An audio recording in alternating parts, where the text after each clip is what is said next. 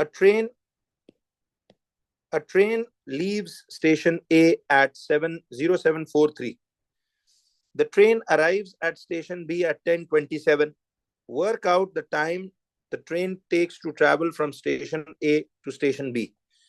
Now बच्चों, इसकी मैंने आपको बताया था कि वर्किंग ऐसे कर दिया करें कि आप ना इसकी नंबर लाइन बना लो। स्पेसिंग देखो बहुत सारी है, ये जो आप ना ये वाली स्पेसिंग रखो प्रॉपर वर्किंग के लिए, यहाँ बेशक आप डेटा वेटा लिख दो इस तरह, तो टाइमलाइन इसकी बनाएं।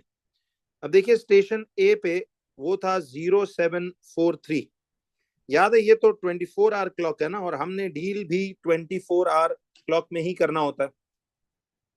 वैसे अगर मैं कहूं तो 0743 इज 7:43 AM, सुबह के 7:43।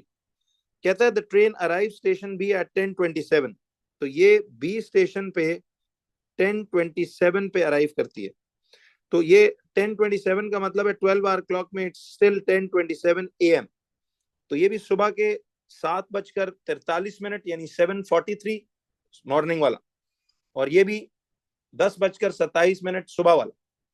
तो वो कह रहा है work out the time the train takes to travel from station A to station B.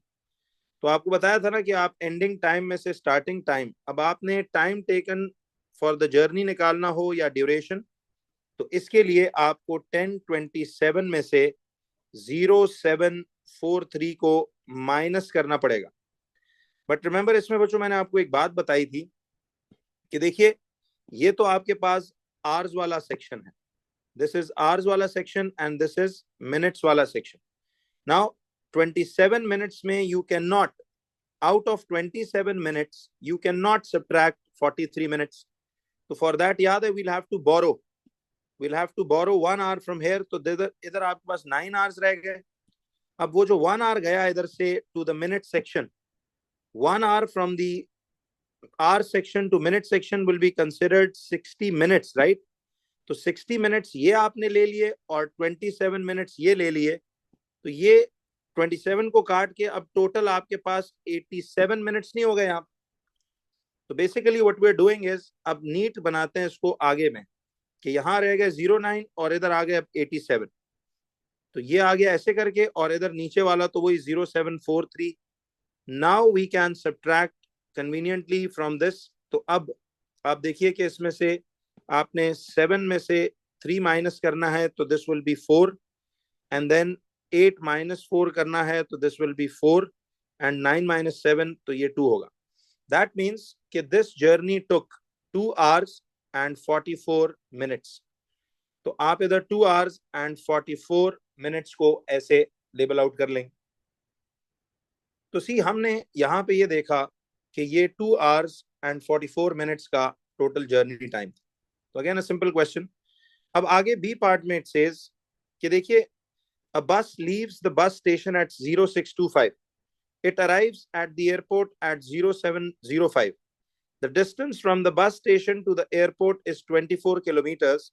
Calculate the average speed of the bus for this journey. Give your answer in kilometers per hour. अच्छा, अगर वो इधर ना भी कहता तो आपको इधर राइट बॉटम कॉर्नर के साथ वो भी क्लू दिया हुआ है। अब इस सवाल में जाहिर है आपको सबसे पहले तो स्टेप 1 में देखिए, इन द फर्स्ट स्टेप तो आप ये ढूंढें कि बस लीव्स द बस स्टेशन 0625।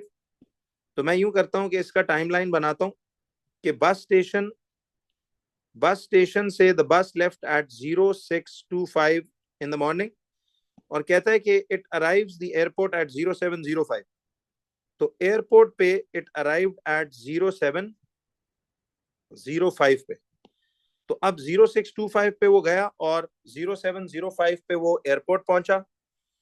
तो वो कहता है the distance from the bus station to the airport is 24 kilometres. तो सबसे पहले तो क्या मैं ये ड्यूरेशन, ये टाइम ड्यूरेशन ना निकालूं, तो उसके लिए आपको 0705 में से माइनस करना पड़ेगा 0625 को। अगेन वही सेम चीज चेक हो रही है कि 5 मिनट्स में से you can not subtract 25, so I'll have to borrow 1 hour from here.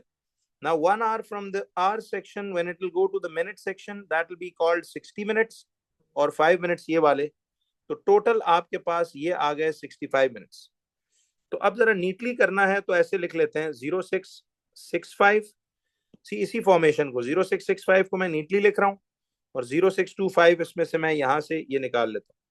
तो 0625 माइनस कर लेंगे तो this will be see 5 minus 5 is a 0 एंड 6 minus 2 is a 2, sorry is a 4 और 0606 ये हो गया। दैट मीन्स के टाइम हमारा लगा टोटल एयरपोर्ट बस स्टेशन से एयरपोर्ट जाने में 40 मिनट्स। बट लिसन, अब बात को जरा समझना है कि अब स्टेप 2 हमारा क्या होना चाहिए। तो देखिए वर्किंग का ना पैटर्न ये रखना, स्टेप 1 2 3 ऐसे करके यहाँ जगह खत्म हो, फिर इधर जाओ स्टेप 3 4 5, यहाँ जगह खत्म हो, फिर इसको, तो there is ample space. Writing size जरा ऑर्गेनाइज तरीका वर्किंग का रखना है आपने, ठीक है। तो टाइम आपके पास अब देखो जर्नी का 40 मिनट्स है और वो कह रहे हैं कि the distance from the bus station to the airport is 24 kilometres. तो डिस्टेंस हमारे पास 24 किलोमीटर्स है। अब हमें क्या करना है, हमें average speed for the journey ढूंढनी है इन किलोमीटर्स पर आवर। तो एवरेज स्पीड आपने जब तलाश करनी हो तो एवरेज स्पीड का फॉर्मूला था total distance upon total time. But remember you have to find the average speed in kilometres per hour. But मसला ये है कि देखिए डिस्टेंस तो किलोमीटर्स में ऑलरेडी अवेलेबल है, उसको चेंज नहीं करना। बट ये 40 मिनट्स को आपको चेंज करना चाहिए था इनटू 40 मिनट्स को आपको आवर्स में चेंज करना चाहिए था। तो minutes to hours is what to what. आपको पता है minutes to hours is small to big. तो स्मॉल टू बिग में यू ऑलवेज डिवाइड। बॉम्ब्स का वर्ड याद है ना कि बिग टू स्मॉल में मल्टीप्लाई, स्मॉल टू बिग में डिवाइड। तो 40/60 कितना आता है, जरा ये मैं कर देता हूँ, ये 0 0 से कट गया। P1 में ना इसको फिलहाल 2/3 ही रहने दो। दैट मीन्स ये 2/3 आवर्स बन गया। P1 में बच्चों डेसिमल्स में फिलहाल मत जाओ, keep it as a fraction. That means वो जो 40 मिनट्स लगे थे bus station to airport, that is 2/3 hours और डिस्टेंस किलोमीटर्स है। तो अब आवर्स और किलोमीटर्स आ गया तो एवरेज स्पीड अब निकाली जा सकती है। तो आप उसी तरह प्रॉपर फॉर्मूला लिखो। स्पीड अब देखो थोड़ी सी तेज रखना, मैं तो चूंकि समझा रहा हूँ तो ये चीजें बहुत इजीली टाइम के अंदर मैनेज होती हैं। Total distance over total time, तो ये आप फॉर्मूला लिख देंगे, total distance over total time. Total distance अब आपके पास 24 किलोमीटर्स है और टोटल टाइम जो है दैट इज 2/3 आवर्स। तो गौर करिएगा कि 24 किलोमीटर्स और 2/3 आवर्स है, तो 24 डिवाइडेड बाय 2/3। तो देखिए आपके पास डिस्टेंस 24 किलोमीटर है और टाइम 2/3 आवर्स। तो अब देखो कि यहां से 24 इंटू 3/2, ये फायदा था इस टाइम को ना 2/3 रखने का, क्योंकि मुझे नजर आ रहा था कि बाद में जब ये आप इसको करते हो ना 24 इस तरह लिख लिया और डिवाइड को डिवाइड कर दिया और 2/3 को 2/3 लिख दिया, तो when this division is going to change to multiplication तो दिस फ्रैक्शन विल फ्लिप। ये फ्लिप हो रहा है। तो अब देखो P1 के लिए कन्वीनियंस टू 1 टाइम्स मल्टीप्लिकेशन है तो क्रॉस कटिंग हो सकती है। 12 and 12 3s are would be 36 kilometres per hour.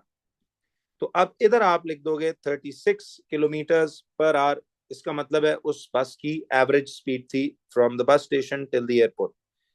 तो अगर हम देखें तो इसने 3 मार्क की डिस्ट्रीब्यूशन देखो क्या रखी हुई। तो जवाब तो उसने 36 दिया हुआ। बाय द वे वैसे मैथ्स में आपको स्टेप्स पता है कि अब कब क्या करना होता है, वैसे इनकी ब्रेक डाउन यहाँ इसने लिखा होता है। बट इस ब्रेक डाउन को आप देखोगे तो थोड़ा कंफ्यूज ही होगे, इसलिए हमने थ्रू द कोर्स आपको ये सारी चीजें सिखाई थी कि कैसे, अगर फाइनल आंसर ठीक है और सारे स्टेप बाय स्टेप आपने शो किया तो 3 मार्क का डिस्ट्रीब्यूशन इसमें होगा। अब इसमें 1 मार्क इसका था ये पूरी कैलकुलेशन टाइम ढूंढने का, दूसरा मार्क था इसमें ये स्पीड को, इस टाइम को आवर्स में चेंज करने का, and third mark was this whole working to get the speed 36 kilometres per hour. याद।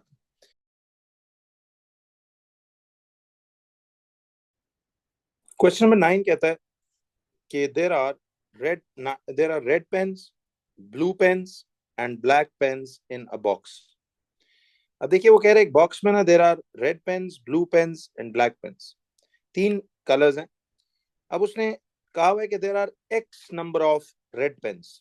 तो देखो हम यहाँ पे ना अपनी खुद एक डेटा राइटिंग करते हैं कि रेड पेन्स की तादाद को वो कह रहे हैं कि there are X number of red pens.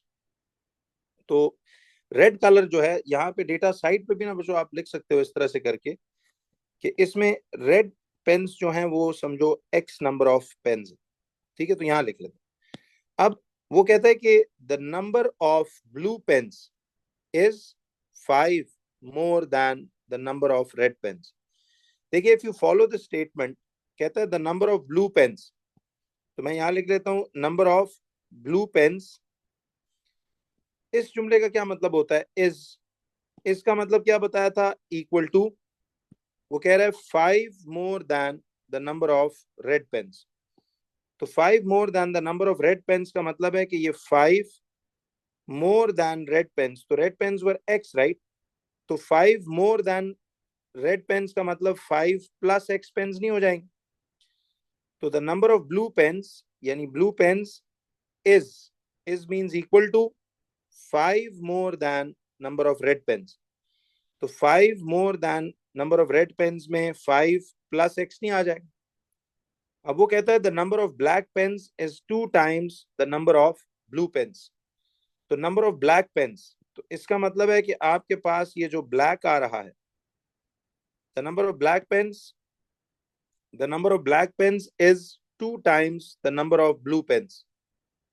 अब देखिए नंबर ऑफ ब्लैक पेन्स को हम इधर लिख लेते हैं ब्लैक, इज का मतलब इक्वल टू 2 टाइम्स का मतलब है कि यहाँ पे 2 टाइम्स आ जाएगा, और 2 times the number of blue pens, तो आपके पास ब्लू पेन्स की देखो 5 प्लस एक्स थी ना, तो उसका ट्वाइस आप लोगे तो 2 times of 5 plus x number of pens.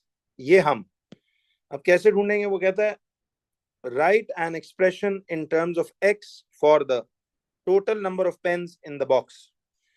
तो write an expression in terms of x for the total number of pens in the box, तो give your answer in the simplest form. तो अब मुझे ये बताइए कि इन सारों को हमने एक एक्सप्रेशन बनानी है, एक expression in terms of x. याद है बच्चों मैंने क्या कहा था? इन टर्म्स ऑफ एक्स का मतलब है एक्स की फॉर्म में आपने एक आंसर देना। एक्स को सब्जेक्ट नहीं बनाने का कह रहा, एक्स की फॉर्म में टोटल नंबर ऑफ पेन्स का इन द बॉक्स का एक्सप्रेशन कह रहा है, और कह रहा है सिंपलेस्ट आंसर दो। तो मुझे ये बताइए कि हमारे पास red pens x number of pens हैं, ब्लू 5 प्लस एक्स हैं, और ब्लैक 2 टाइम्स 5 प्लस एक्स है। तो इन सबको अगर हम ऐड करें तो टोटल पेन्स की जो एक्सप्रेशन बनेगी, टोटल पेन्स की जो एक्सप्रेशन बनेगी that will be something like, तो see will x red pens थे plus 5 plus x were blue pens, and इसी में प्लस ये जो ब्लैक पेन्स थे 2 times of 5 plus x.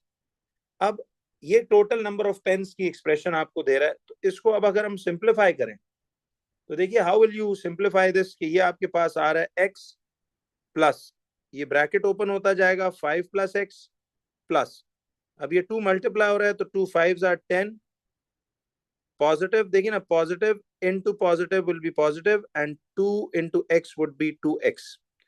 Now अगर मैं सारे ये x वाले टर्म्स को लाइक टर्म गैदर कर लूं तो ये बनेगा x plus x plus 2x, और ये जो डिजिट्स हैं ये प्लस 5 प्लस 10, ये ऐसे आ जाएगी। तो अब हमारे पास ये बनता है x plus x 2x, 2x plus 2x 4x, तो ये आएगा हमारे पास 4x प्लस ये 5 और 10 आ जाएगा टोटल आपके पास 15।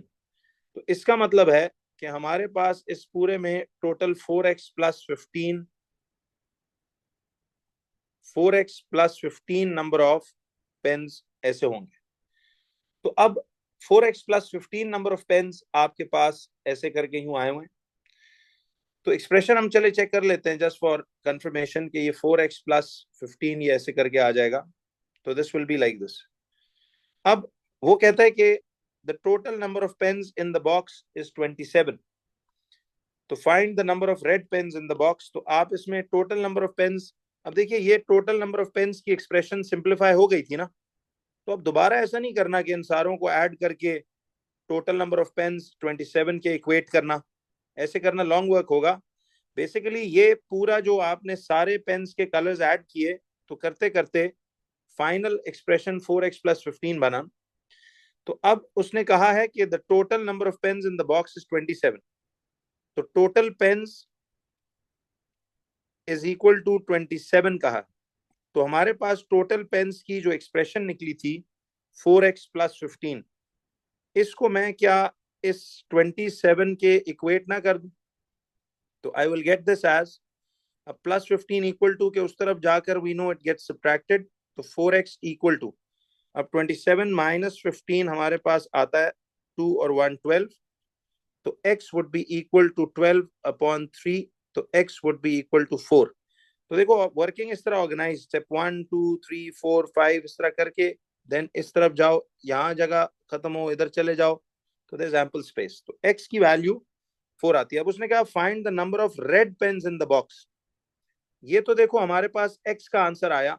अब go back to that expressions जो आपने इधर बनाए थे किसी, आपके पास ये जो ऊपर डेटा यहाँ पे था दिस वन, चेक करो आपके पास x का आंसर 4 है, तो रेड पेन्स की तादाद 4 ही नहीं आ रही। तो खैर उसने रेड पेन्स ही पूछे थे, तो हम इसको 4 ऐसे करके लिख देंगे। But just for a counter check, मुझे ये बताएं कि 5 + x 4 निकला ना, तो ब्लू पेन्स कितने हुए टोटल?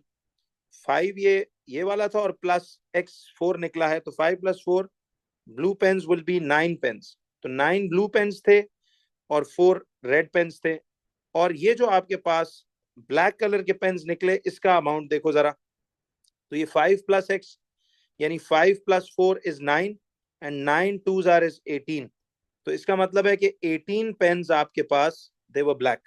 अब वैसे फॉर काउंटर चेक कि ये सारा मैंने ठीक किया कि नहीं, अगर मैं देखो if I add 4 red pens plus 9 blue pens and 18 black pens, तो ये कितने बनते हैं टोटल हमारे पास?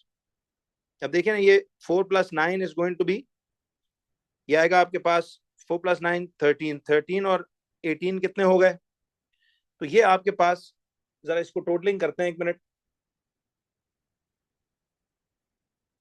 अच्छा देखो बच्चों, ये आंसर ना मेरा थोड़ा, मैंने x की वैल्यू यहाँ पे एक मिस्टेक अजीब सी कर दी है। ये बेसिकली, अब देखो this is what actually carelessness is, तो ये मिस्टेक होने पे आए तो किसी से भी हो सकती है, इसलिए ये आपने जरा ख्याल करना है कि ये देखो करते करते मैं बिल्कुल ठीक जा रहा था एंड देन सडनली आई, ये 4x + 12, तो ये आएगा आपके पास। देखो ना, अब ये स्टेप शिफ्टिंग में इस तरह की मिस्टेक हो सकती है, तो ख्याल करना है। x = 12/4 आ रहा था, मैं इसको 3 कर गया, I don't know why, but x = 3 आता है आपके पास, तो इसीलिए वो मुझे टोटलिंग करते हुए, देखो काउंटर चेकिंग का ये फायदा कि ये x की वैल्यू 3 आ गई ऐसे। तो अब असल में आप इसको जब इधर से करेंगे तो x की वैल्यू 3 करने के बाद वो मुझे इधर से रियलाइज हुआ कि यार ये उस तरह से तो 27 फिर नहीं बन रहा, तो x की वैल्यू ये 3 पेन्स आ गया, और ये 5 + 3 यानी 8 पेन्स हो गए, और ये 5 + 3 8 और 8 2s are 16 पेन्स हो गए। तो now if you add them, तो आपका देखिए 16 पेन्स + 8 24 + 3 27, ये जवाब काउंटर चेकिंग का। देखो अब चलो अच्छा डेमो हो गया कि counter checking keeps a lot of importance. तो ये आप जरा एहतियात से इसको करेंगे, तो आपके पास x का आंसर एट द बैक ये 3 आ रहा है आपके पास, ठीक है? तो इस तरह you can always counter check and see के you doing it in the right direction और नॉट।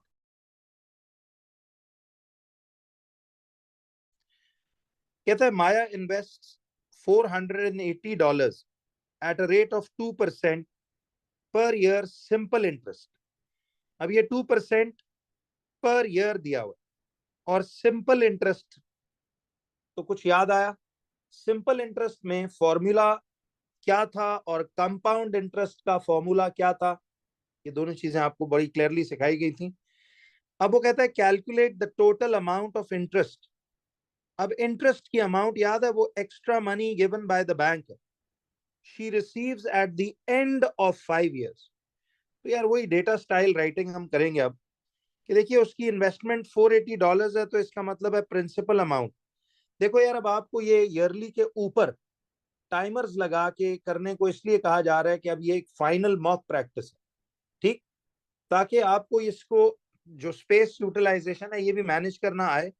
अच्छा, इस क्वेश्चन में ना आप स्टेप्स इस तरह करोगे, स्टेप 1 2 3 4 5, यहाँ जगह खत्म हो तो फिर इधर आ जाएंगे, ये जगह भी यूटिलाइज की जा सकती है एज लॉन्ग एज आप ये जो लिखाइयां हैं, ये टर्नओवर, ये ईयर नंबर और इससे ऊपर ऊपर रहें, तो आप इसको यूज कर सकते हैं, ठीक।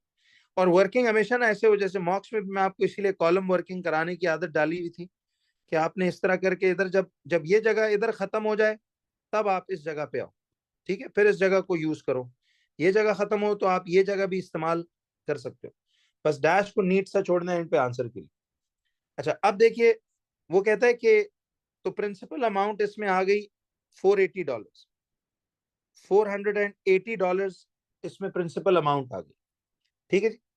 अच्छा, रेट ऑफ इंटरेस्ट कितना दिया हुआ है उसने? 2% पर एनम।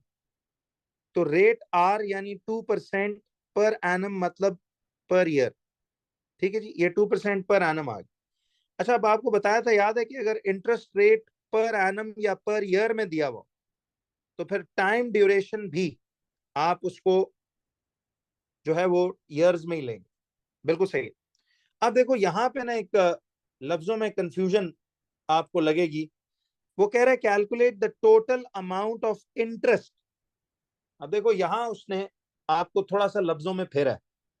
ईमानदारी से बताओ, how many of you thought कि ये शायद टोटल अमाउंट मांग रहा है? जरा ऑनेस्टली रिस्पॉन्ड करें, how many of you thought कि शायद ये टोटल अमाउंट मांग रहा है? हाँ, देखो ना, अब इधर उसने ये आपको ट्रिक करने की कोशिश की है। बिल्कुल सही, it's very honest of you, good. But अब याद रखो कि उसने देखो क्या बोला था, टोटल अमाउंट ऑफ इंटरेस्ट। वो कह रहा है इंटरेस्ट में जो टोटल पैसे मिले, ओवरऑल टोटल अमाउंट उसने नहीं मांगी आपसे।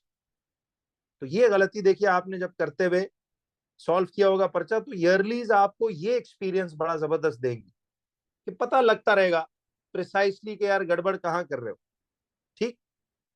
तो सी दिस इज वर्थ डिस्कसिंग, इस तरह के सवाल जिससे बंदे को याद आए यार कि हाँ ये गड़बड़ मैं इसमें कर रहा था, ठीक है जी। अच्छा, अब जरा देखो उसने टोटल अमाउंट ऑफ इंटरेस्ट मांगा है, तो वी विल कॉल इट इस तरह करके, कैपिटल आई इसको लिखेंगे आप, ठीक है। मैं इसको कैपिटल आई करके यूं लिखूंगा। तो टोटल अमाउंट ऑफ इंटरेस्ट बोला है उसने, ठीक है, उसने टोटल अमाउंट ऑफ इंटरेस्ट का लफ्ज यहां यूज किया। तो टोटल अमाउंट ऑफ इंटरेस्ट मतलब capital I, not the total amount A. तो ये लफ्जों को गौर से पढ़िए। कहता है she receives at the end of the 5 years। तो टाइम उसको कितना? 5 years।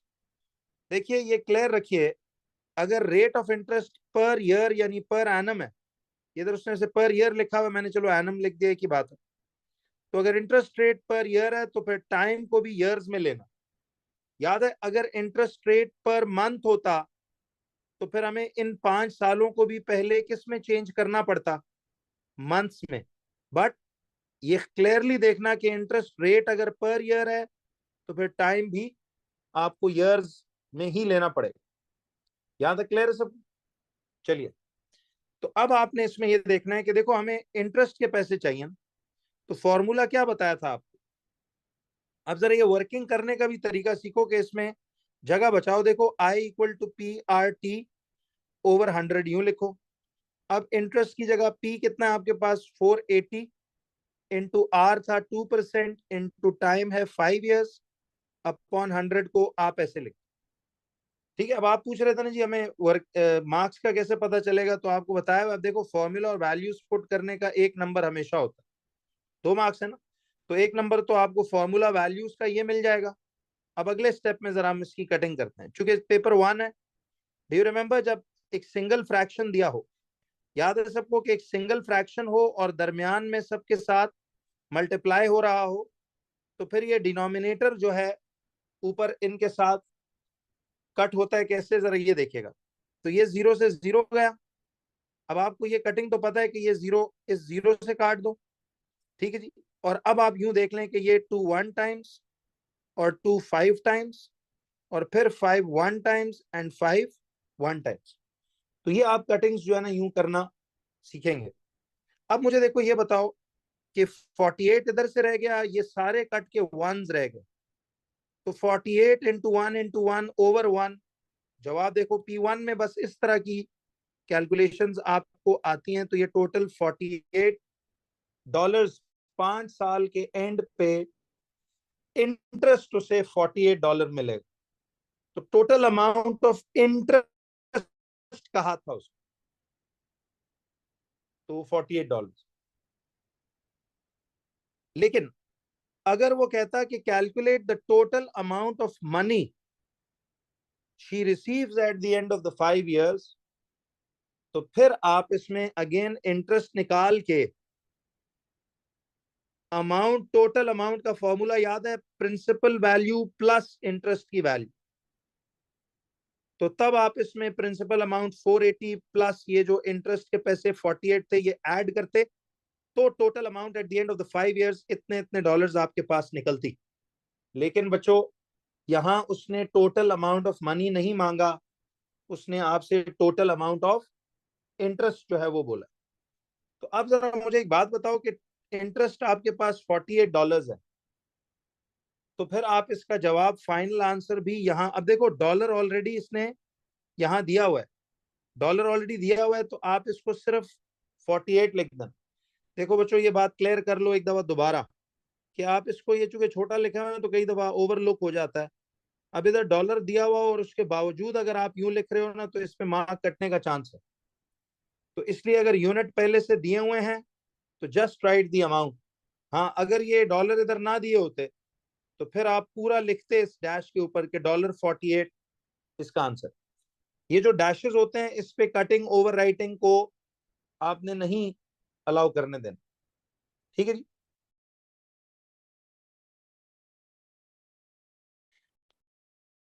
कहता है Kabir invest $250 in a savings account, the account पे सिंपल इंटरेस्ट।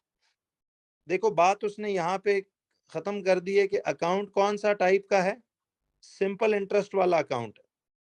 देखिए सिंपल इंटरेस्ट वाले अकाउंट की बात वो कर रहा है, तो सिंपल इंटरेस्ट के लिए तो फॉर्मूले याद है ना।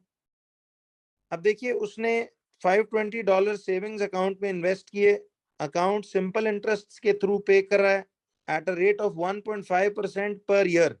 देखो मैंने आपको एक बात बताई थी कि अगर वो rate of interest per year के हिसाब से दे तो फिर आपने टाइम ड्यूरेशन भी किस में लेनी है, आगे जो टी या टाइम होगा वो भी आप ईयर्स में ही लेंगे। अगर rate of interest 1.5% per month होता, देखो ये बात याद रखना, अगर फर्ज करो वो कहता 1.5% पर ईयर के बजाय पर मंथ, तो फिर आप इस टाइम 4 years को भी किस में कन्वर्ट करते, फिर इस 4 years को भी आप किस में कन्वर्ट करते, मंथ्स में कन्वर्ट करते। अच्छा ईयर्स को मंथ्स में कन्वर्ट करना आता है ना, ये स्टैंडर्ड याद है, एक साल में 12 महीने हैं। बच्चों इस सवाल में ऐसा कुछ नहीं करना, ये मैं अगर मगर डिस्कस कर रहा हूँ कि जी अगर ऐसा होता तो फिर क्या करते, याद रहेगा ये। अगर रेट जो है ना वो परसेंट पर ईयर में दिया हुआ है तो फिर टाइम को फिर आप ईयर्स में ही लेंगे। अगर आपको इंटरेस्ट रेट पर मंथ दिया होता तो फिर आप टाइम भी मंथ्स में ही लेते, याद है। अब वो कह रहे हैं calculate the total amount of interest. अब देखो यहाँ पे लोग गड़बड़ करते हैं, उसने total amount in his account नहीं कहा, वो कह रहा है calculate the total amount of interest he will receive at the end of 4 years। अब इधर मैं बताऊं गलती क्या की आपने, कितनों ने वैसे बताइए ये टोटल अमाउंट जज्बाती होके पढ़ लिया और डायरेक्ट एंड पे टोटल अमाउंट निकाल ली। जी देखिए ये एहतियात बहुत जरूरी है। देखिए मैंने आपको एक आदत बताई हुई है कि सवाल पढ़ने में टाइम लगाओ, जरा तसल्ली से पढ़ो, विजुअल करो वो क्या कह रहा है, गलतियां इस तरह की केयरलेस मिस्टेक्स नहीं करनी। तो अब देखिए वो कहता है कि उसने इन्वेस्ट किया $250। तो इसका, अच्छा देखो डाटा बिल्कुल ना इस कोने टॉप कॉर्नर से शुरू किया करो, क्योंकि डाटा आपका जगह जो है ना बस वो अपने हेल्प के लिए हम ले रहे हैं। प्रिंसिपल अमाउंट $250 है, रेट उसका 1.5% पर ईयर है, और eight the end of the 4 years यानी 4 सालों के लिए वो रख रहा है पैसे। तो वो कहता है calculate the total amount of interest, खाली टोटल अमाउंट ऑफ इंटरेस्ट यानी आय कैलकुलेट करना है, टोटल अमाउंट कैलकुलेट नहीं करनी। तो मुझे बताइए इंटरेस्ट कैसे निकालेंगे हम, I is equal to P R T upon 100। अब मुझे ये बताइए कि इंटरेस्ट आपको, total amount of the interest, interest याद है वो एक्स्ट्रा पैसे होते हैं जो बैंक 4 सालों में उसके अकाउंट अपने पैसों के अलावा उसको जो देगा। तो पीआरटी सिंपल इंटरेस्ट में पीआरटी ओवर 100 है, तो प्रिंसिपल उसका 250 था, रेट उसका 1.5 था और टाइम 4 years था, अपॉन 100 तो इंटरेस्ट आय के पैसे कितने हो जाएंगे, जरा कैलकुलेट कीजिएगा। तो देखिए फ्री के 2 मार्क्स आप लूज कर रहे हो अगर आप वो सवाल पूरी तरह नहीं पढ़ रहे थे। और बच्चों ये कैलकुलेटर तो आपको इसमें गिवन नहीं होगा, तो देखिए इसमें इतना कोई मुश्किल काम नहीं है। सुनो, मैं आपको एक तरीका इसमें ये बता देता हूँ। देखिए ये सिंगल फ्रैक्शन है ना, कैलकुलेटर्स यूज ना करें, सिंगल फ्रैक्शन है और सारे आपस में मल्टीप्लाई हो रहे हैं, तो ये वाला जीरो इस जीरो से कट गया, ठीक है। और फिर देखिए तो ये आपके पास कितना आता है, मुझे बताओ 25 इंटू 4 कितना होता है। देखो आसानी P1 के ना शॉर्टकट सब देखो, तो आप इस तरह कर लो, जरूरी नहीं है कि 25 इंटू 1.4 ही करो, खुद को तकलीफ कम देनी है। देखिए P1 में इस तरह काम होता है, जीरो से जीरो काट दिया, 25 इंटू 4 देखो ना 100 100 होता है पूरा, तो 100 इंटू 1.5 अपॉन 10, तो देखो P1 इसलिए कह रहा था कि ये जीरो जीरो से कट गया, तो ये इंटरेस्ट कितना आता है। देखिए मैथ्स ना हमेशा जीसीई से देना बहुत फायदेमंद है कंपेयर टू आईजीसीएसई, उसकी रीजंस मैंने आपको बताई थी, लेकिन बहरहाल जीसीई मैथ्स सबसे बेस्ट होता है। इसमें ये कि जरा आपके कोर्स भी थोड़ा आईजी मैथ्स की निस्बत जरा कम है, और पेपर 2 में इसमें बड़ा फायदा होता है कि 100 मार्क्स का ही पेपर होता है और 2.5 घंटे मिलते हैं। तो जबकि आईजी का पेपर 130 मार्क्स का होता है, पेपर 2 उनका, और 2.5 घंटे मिलते हैं, और एक्स्ट्रा चैप्टर्स भी बहुत सारे हैं। फिर थ्रेशोल्ड जीसीई की कंपेयर टू आईजी मैथ्स में थोड़ी सी जीसीई मैथ्स की वो भी लो होती। तो बहुत से फवायद हैं जो जीसीई मैथ्स को फेवरेबल बनाता है, इसीलिए तो केमिस्ट्री आईजी बेस्ट है और मैथ्स जीसीई बेस्ट है, फिजिक्स दोनों ही ठीक है, जो भी दिल करे वो कर लें। खैर अब आइए जरा देखो, कहता है calculate the total amount of interest he will have received after the end of 4 years. अब देखो ये जब 25 इंटू 4 आपका 100 हो गया था, तो इंटू 1.5 ये आ गया, अपॉन 10 ये आ गया। फिर सिंगल फ्रैक्शन है, मल्टीप्लाई हो रहा है, तो ये जीरो से कट गया, तो एट द एंड आपके पास 10 इंटू 1.5 कितना आ गया, 10 इंटू 1.5 $15 नहीं आ गया। जी बिल्कुल मोहम्मद, ऐसे ही है कि अगर ना वो आपको कहता ना कि एक पहले ये बात समझ आ गई बच्चों, वैसे कितनों ने इसकी वो लंबी तरीके से प्लस माइनस मल्टीप्लाई डिवाइड किया। तो वैसे देखो ये कितना इजी और कन्वीनियंट मेथड है कि साइड पे हमें कुछ करने को मौका ही नहीं मिला। तो आप इस तरह की देखा करो चीजें कि 25 इंटू 4 जो आसानी पैदा हो सकती है, ये 100 आ गया था, इंटू 1.5 ये आ गया था, अपॉन 10, फिर ये जीरो जीरो से कट गया, तो eight the and you were just left with 10 into, तो इंटरेस्ट के पैसे आपके पास 10 इंटू 1.5 थे। अब ये शॉर्टकट सिखाई हुई है ना सारी, नहीं नहीं बस इसको यूं लिख दो 1.5, सॉरी ये 1.5 एक डेसिमल इधर जाएगा, तो ये $15 ये इधर आ जाएगा आपको। अब देखो डॉलर ऑलरेडी लगा हुआ है, तो दोबारा कहीं गलती से ऐसे ना कर देना, वो मार्क काटता है, ठीक है। $15 बस डायरेक्ट जवाब लिखो, जब यूनिट ना दिया हो फिर आपने यूनिट लिखना है। क्लियर है ये? तो ये आपके पास $15 यूं आ गया। अच्छा बच्चों, अगर वो, अब देखो ये सवाल तो कंप्लीट हो गया, बट मैं आपकी क्लैरिटी के लिए कह दूं, अगर वो टोटल अमाउंट ऑफ इंटरेस्ट कह रहा था, इसीलिए इधर तो हमने सिर्फ इंटरेस्ट निकाल के काम खत्म कर दिया। जी जी बिल्कुल। अब सुनो, बट अगर वो कहता कि calculate the total amount in his account, calculate the total amount in his account at the end of the 4 years, account at the end of 4 years, तो फिर बच्चों क्या करते, अगर सपोज इस सवाल के इधर तो उसने कहा था ना calculate the total amount of interest, तो सिर्फ आय के जो पैसे आ रहे थे बस वो लिखने थे। बट अगर वो total amount in his account eight the end of the 4 years कहता, तो आप पहले स्टेप में प्रिंसिपल ये इंटरेस्ट इसी तरह निकालते, ठीक है। स्टेप 1 तब भी यही करते, स्टेप 2 में फिर सिर्फ क्या करते इसका, स्टेप 2 में आप टोटल अमाउंट का फॉर्मूला प्रिंसिपल प्लस इंटरेस्ट दोनों ऐड हो जाते, तो उसके जो प्रिंसिपल पैसे थे शुरू में 250 और इंटरेस्ट के ये $15, तो फिर हम 250 प्लस 15 करते, तो ये $265 बनता, और फिर इस डैश पे 265 का जवाब लिखते। समझ आई? लेकिन यहां उसने कुछ और पूछा था, तो इधर उसने पता आपको लफ्जों का चक्कर दिया सर, बाकी कॉन्सेप्ट आपको पता था। क्वेश्चन नंबर 10th में ये ना एक सवाल इस टाइप का है, कहता है कि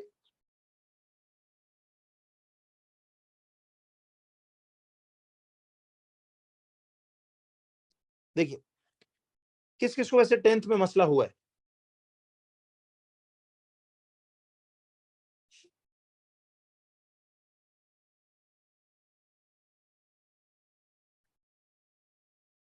जरा बच्चों अब देखिए एक मिनट, देखिए इस सवाल में कहता है a bag contains red balls, blue balls and green balls.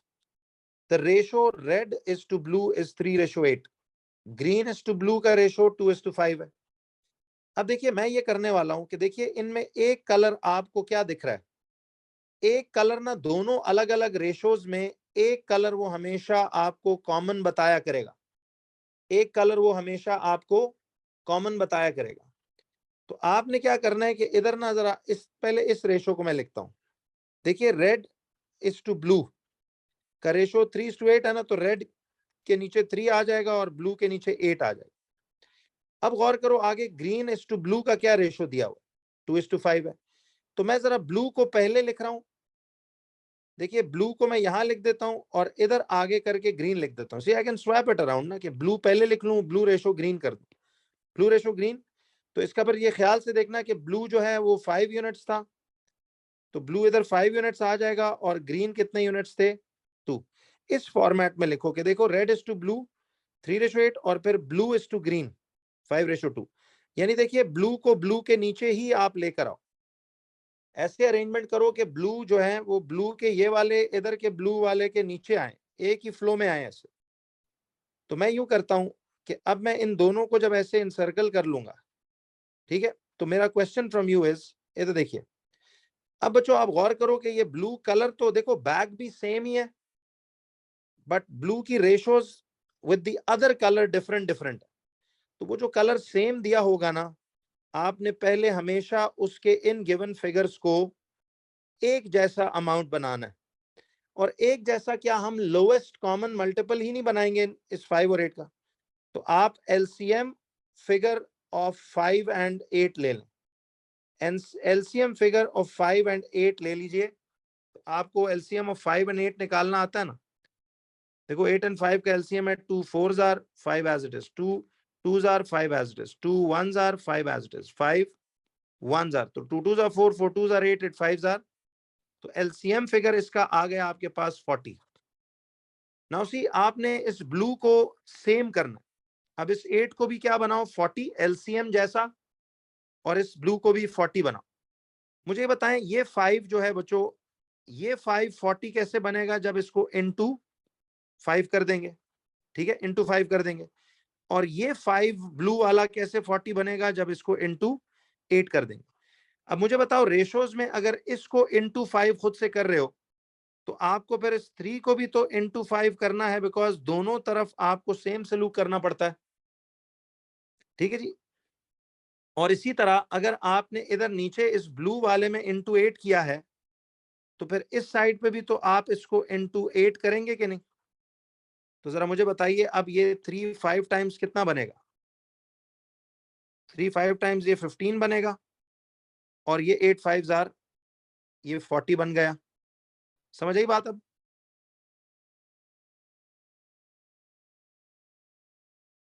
नहीं बस सिंपल देखें, इसका बेस्ट तरीका क्या होता है कि आप ये जो सेम कलर वाला केस है ना, इसका खिजर आप जो भी फिगर्स यहाँ दिए हों, ठीक है, जो भी फिगर्स यहाँ दिए हों हमेशा उनका एलसीएम ढूंढ लो। बेस्ट इज कि उनका एलसीएम ढूंढ लें, जो भी उनकी एलसीएम वैल्यू हो। अब सोचो इसको उस एलसीएम जैसा बनाने के लिए इनटू 5 किया, तो फिर इस तरफ भी इस रेशो को भी इनटू 5 करना। इसी तरह इसको इसको 40 एलसीएम जैसा बनाना है, तो इसे इनटू 5 किया, इनटू 8 सॉरी, तो ये 5 8 जार कितना आ जाएगा, 40 आ जाएगा, ठीक है। और इधर भी इनटू 8 किया तो 2 8 जार ये 16, ऐसे करके ये आपके पास आ जाएगा। समझ आई बात। तो अब जरा गौर से देखिएगा, तो सवाल ये था कि red is to blue is to green, red to blue to green क्या क्या आएगा। रेड आपके पास अल्टीमेटली 15 आ गए, ब्लू 40 आ गए, और ग्रीन आपके पास 16 आ गए। तो this is how you made all their ratios as common. See देखिए 3 into 5 किया ये 15 आ गया, ये 8 into 5 किया ये 40 आ गया, और ये 2 into 8 किया ये 16 आ गया। ना ना ना ना यार, प्लस माइनस नहीं करते रहे, आपने इस सेम कलर वाले रेशो डिजिट्स को ना बस याद रखना है, एलसीएम लोएस्ट कॉमन अमाउंट इसी तरह बन सकती है बच्चों। तो जब लोएस्ट कॉमन अमाउंट 40 आ गई, तो फिर अब इसको 40 बनाने के लिए सोचा ना, इंटू 5 किया, तो फिर इस तरफ भी इसके साथ इंटू 5 करके 15 आ गया। इसका मतलब है असल में रेड टू ब्लू का रेशो 15:40 था। ये तो उसका सिंप्लीफाइड वर्जन निकले ना, क्या ख्याल? हम तो रेशो सिंपलेस्ट लिखते हैं, लेकिन हमने वापस इनकी ओरिजिनल रेशोज फॉर्म पे देखा। फिर देखो ये भी ब्लू 40 ही है, तो ये अगर 40 है तो उस हिसाब से ये 16 होने चाहिए। तो अब 15:40:16, तो देखिए रेड असल में 15 थे, ब्लू 40 हो गए, और ग्रीन आपके पास 16 हो गए। अब जरा चेक कीजिए कि सम ऑफ रेशो अगर निकालना हो, तो सम ऑफ द रेशो इधर निकलेगा 15 + 40 + 16 विच इज कितना, 71। अब उसने ये कहा work out the fraction of the balls that are blue. तो यार अब ब्लू का फ्रैक्शन निकालना है, तो ये 40 अपॉन टोटल नहीं आ जाएगा, या अगर ये प्रोबेबिलिटी भी मांगता तो यही हिसाब होता ना। तो फ्रैक्शन दैट आर ब्लू जो है, यानी ब्लू का फ्रैक्शन जो है वो फिर कितना होगा, वो 40/71 होगा। तो फ्रैक्शन आप ऐसे लिख दोगे 40/71। 3 मार्क्स का ये जी एक फ्री का क्वेश्चन है। आई होप आपको ये क्लैरिटी से समझ आया। देखो इनके ये जो ये वाली सोल्यूशन गाइड्स होते हैं ना, ये थोड़ा समझने में बड़े मुश्किल लगते हैं, इसलिए मैंने आपको पूरा ईयरली इस तरह करके दिया हुआ है ताकि ये हो जाए आपसे। क्वेश्चन नंबर 5 में कहता है कि Umar and Jamil shared $540 in the ratio 7:2। देखिए ये हर क्वेश्चन आप गौर कीजिएगा कि हमने नोट्स में डायरेक्टली इससे मिलता जुलता फॉर्मेट किया हुआ है, सिर्फ क्या है कि कॉन्सेप्ट क्लैरिटी के लिए इसको एक बार रिकॉल करें। तो वो कहता है कि जी Umar and Jameel share $540 in the ratio 7:2, work out Umar share. देखिए अब उसने ये जो दिया हुआ है हमें उमर एंड जमील, अब जिस सीक्वेंस में नाम दिए हुए हैं उसी सीक्वेंस में रेशो भी होगी। कि देखिए Umar and Jameel share $540 in this ratio, इसका मतलब है उमर पहले नाम लिखा हुआ है तो ये 7 यूनिट्स उमर के हैं, जमील का नाम दूसरे नंबर पे लिखा हुआ है तो उसके ये वाले दूसरे नंबर। तो मैं इधर जरा इधर साइड पे आके लिख लेता हूँ, उमर ओ रेशो जे करके लिख लेते हैं, ये आ रहा है 7:2। देखिए मुझे ये बताएं कि इधर सम ऑफ रेशो 7 + 2 यानी कितना आ रहा है, 9 यूनिट्स। इसका मतलब है कि इनका टोटल पैसा जो इनमें तकसीम हुआ है वो 9 यूनिट्स, ऐसे ही है, और टोटल पैसा $540 ही था। रेशो फॉर्म में टोटल पैसे 9 यूनिट्स हैं और डॉलर्स की फॉर्म में टोटल पैसे 540। तो अगर आप यहाँ पे एक यूनिटरी स्टैंडर्ड बनाएंगे तो यही बनाएंगे ना कि यार ये 9 यूनिट्स टोटल पैसे उस $540 के इक्वल है जो उनमें शेयर हुआ। तो वो कहता है कि वर्क आउट करो उमर का शेयर। तो उमर का शेयर जो है वो कितना था, that was 7 units. See if total 9 units is equal to the $540, तो उमर के 7 यूनिट्स ये फिर कितने के बराबर होंगे, तो उमर के 7 यूनिट्स हम x डॉलर्स लिख के यहाँ से क्रॉस करेंगे तो ये आएगा 9x इक्वल टू 7 into 540। तो x would B 7 into 540 upon 9। तो अब ये कितना आ जाएगा आपके पास, 7 into 540 अपॉन 9। अब देखिए यहां तक जब हमने इसको यूं किया तो 9 ये आ जाएगा 9 1 टाइम्स। देखिए अब 9 का टेबल अगर आपको आता है तो 9 6 are 54 and 9 zeros are is a 0, या चाहें तो आप 3 3 से भी कटिंग कर सकते हो। 9 तक के टेबल्स याद है आपको आने चाहिए।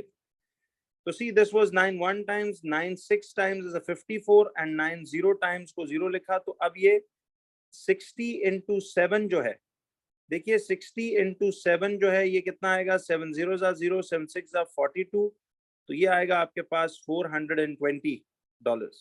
इसका मतलब है कि $420 जो है वो, अब देखिए डॉलर पहले से लिखा हुआ है तो दोबारा गलती से इधर डॉलर्स ना लिख देना, ये देखा करो यूनिट्स दिए हुए हैं तो फिर डैश पे यूनिट्स लिखने की जरूरत नहीं है। तो आपका जवाब $420। तो ये सारी प्लस माइनस, ये कटिंग, ये मल्टीप्लाई, ये डिवाइड, ये पूरी वर्किंग लाजमन आपने सारी शो करनी। तो उस वक्त इसलिए आपको तकरीबन, आपको याद होगा जनवरी के एंड तक हमारे जो मॉक्स थे उसमें हम कैलकुलेटर्स इसलिए यूज नहीं कराते थे कि आपको बेसिकली P1 की तैयारी आपकी सही होना शुरू हो। तो बस मैं ऑल अबाउट मेंटल मैथ्स के प्लस माइनस मल्टीप्लाई डिवाइड को करने के बाद ना एक दो बार ये कटिंग भी करो तो एक दो दफा रीचेक कर लिया करो, ये मल्टीप्लाई प्लस माइनस को भी रीचेक कर लो, तो कोई गड़बड़ इसमें इंशाल्लाह नहीं होगी। तो इस पार्ट का तो आपका आंसर देखिए जरा $420। जरा हम पार्ट बाय पार्ट चलते हैं। तो देखिए इट इज $420, यहाँ पर भी हमारा आ रहा है और इधर भी $420 इसका आंसर आ रहा है।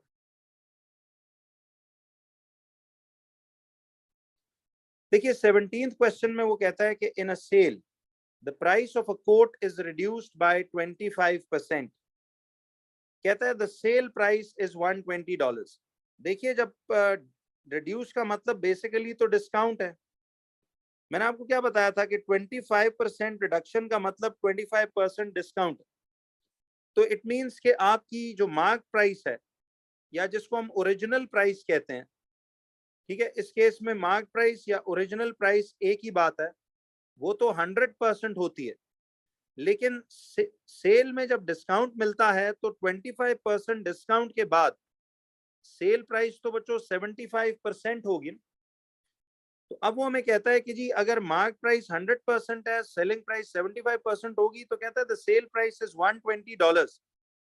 तो आप ये सोचिए कि सेल प्राइस अगर $120, तो वो कहता है कि calculate the price of the coat before the sale, यानी उसकी 100% मार्क प्राइस क्या थी। तो 75% अगर $120 है तो बिफोर द सेल उसकी मार्क प्राइस यानी 100% जो है वो कितनी होगी, 100% इज इक्वल टू $x होगी। तो x कितना आ जाएगा आपके पास फिर। तो ये गौर कीजिएगा कि 75% अगर $120 होगी तो 100% इज इक्वल टू x होगी। तो ये x कितना आएगा आपको, 75 into x equals to 100 into 120।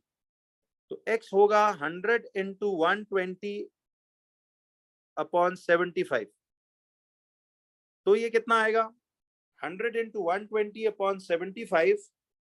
तो ये आएगा आपके पास।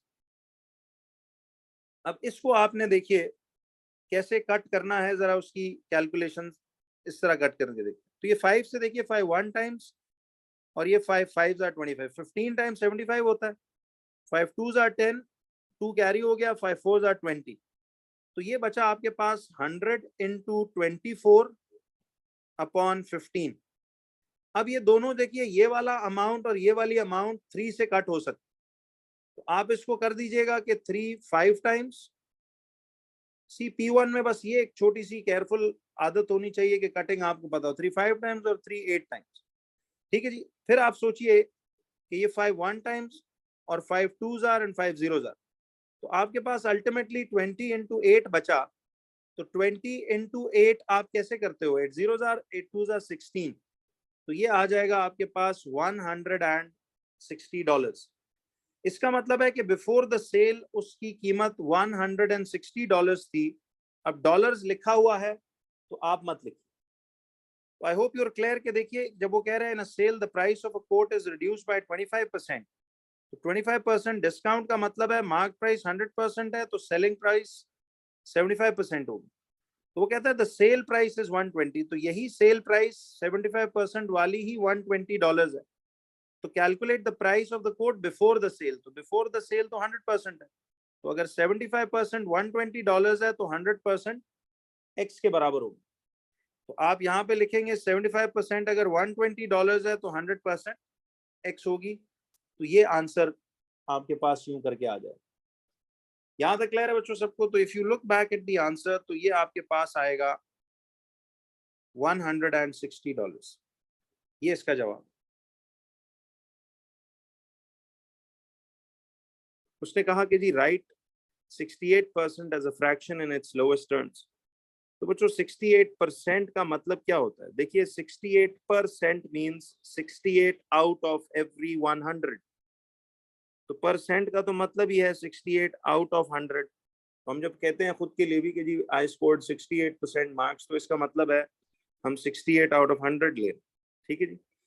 अच्छा, तो अब 68 आउट ऑफ 100 अगर हमारे पास ये आता है, तो अब मुझे एक बात ये बताओ कि जरा देखिएगा गौर से, 68 आउट ऑफ 100 जो है, इसको उसने कहा, अच्छा ये ना भी कहे ना, तो उसने कहा कि इसको एज अ फ्रैक्शन लिखिए इन इट्स लोएस्ट टर्म्स। तो देखिए कट कॉपी एक एक चीज हमने इस तरह नोट्स में की हुई है। अब आपको बच्चों पता है ना कि ये 68 का लास्ट डिजिट भी इवन है और ये भी इवन है, तो ये दोनों 2 से कैंसिल हो सकते हैं। तो इसको हम करेंगे 2 3s are 6 and 2 4s are 8। फिर ये 2 5 टाइम्स 10, 2 0s आर, तो ये आता है 34/50। तो हर स्टेप को ऐसे दिखाते रहो, अभी भी ये 2 से कट सकते हैं।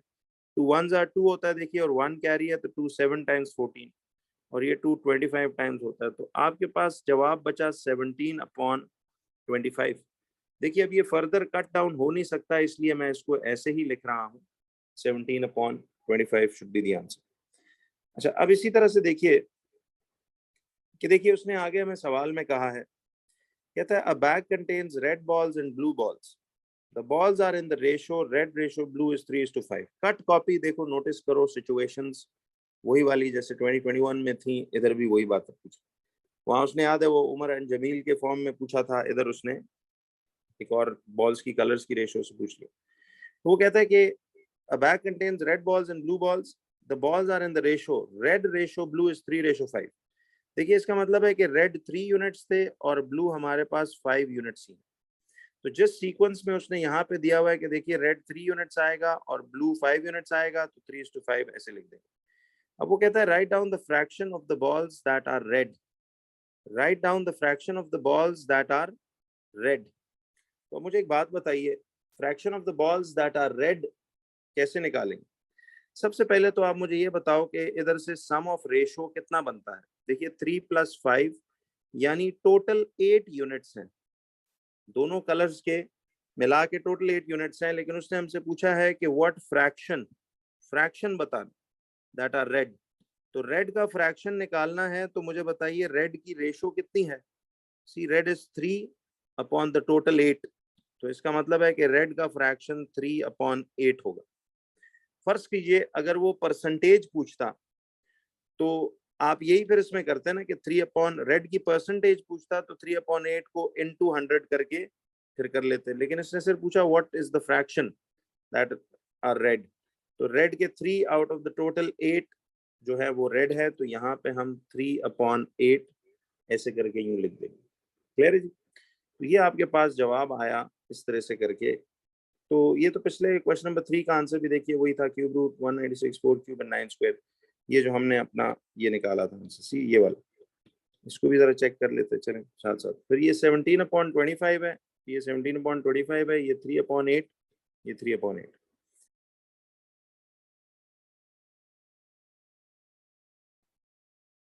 Question says Bilal goes for a cycle ride. He starts at 3 p.m. He finishes at 5:38 p.m. He has a total of 25 minutes rest during the ride. देखिए उसने सवाल में ये बोला कि work out how long in hours and minutes he spends cycling.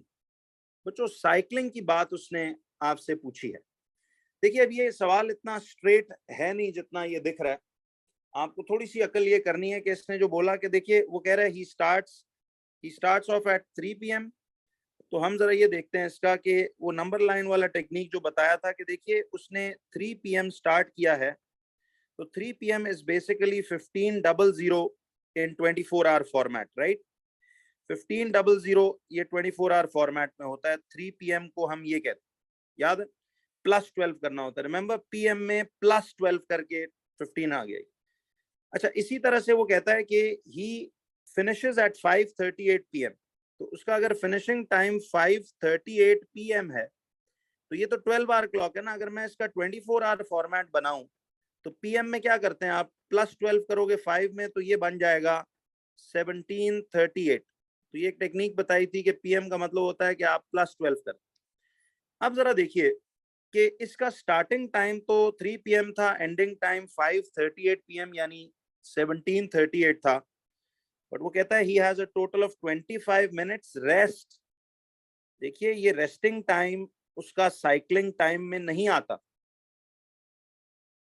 तो during the ride वो कह रहा है उसने 25 मिनट रेस्ट किया है। Work out how long in hours and minutes he spends cycling.